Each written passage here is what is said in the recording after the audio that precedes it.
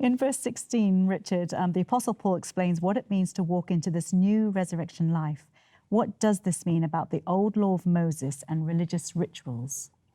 Wow, this has been a one for the ages, hasn't it? Yeah. The debate of where the relation of works, and I guess one of the benefits of I definitely had gone. I'd come up with from a tradition where the many of the laws were considered to be very much still in action, and we needed to follow through.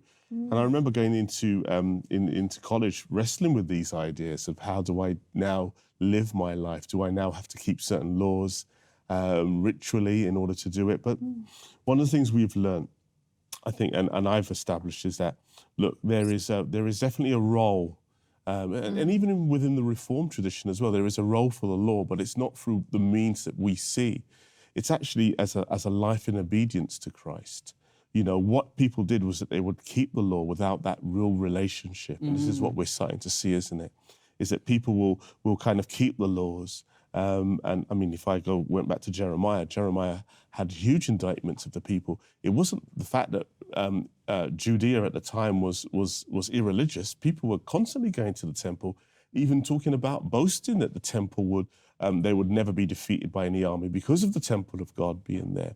And yet the prophets were able to say, but this is all empty. This doesn't have anything to do with God. And I think that's the problem, isn't it? And this is what Paul's getting at, is that you can end up keeping all the rituals in life, but having no real relationship with God.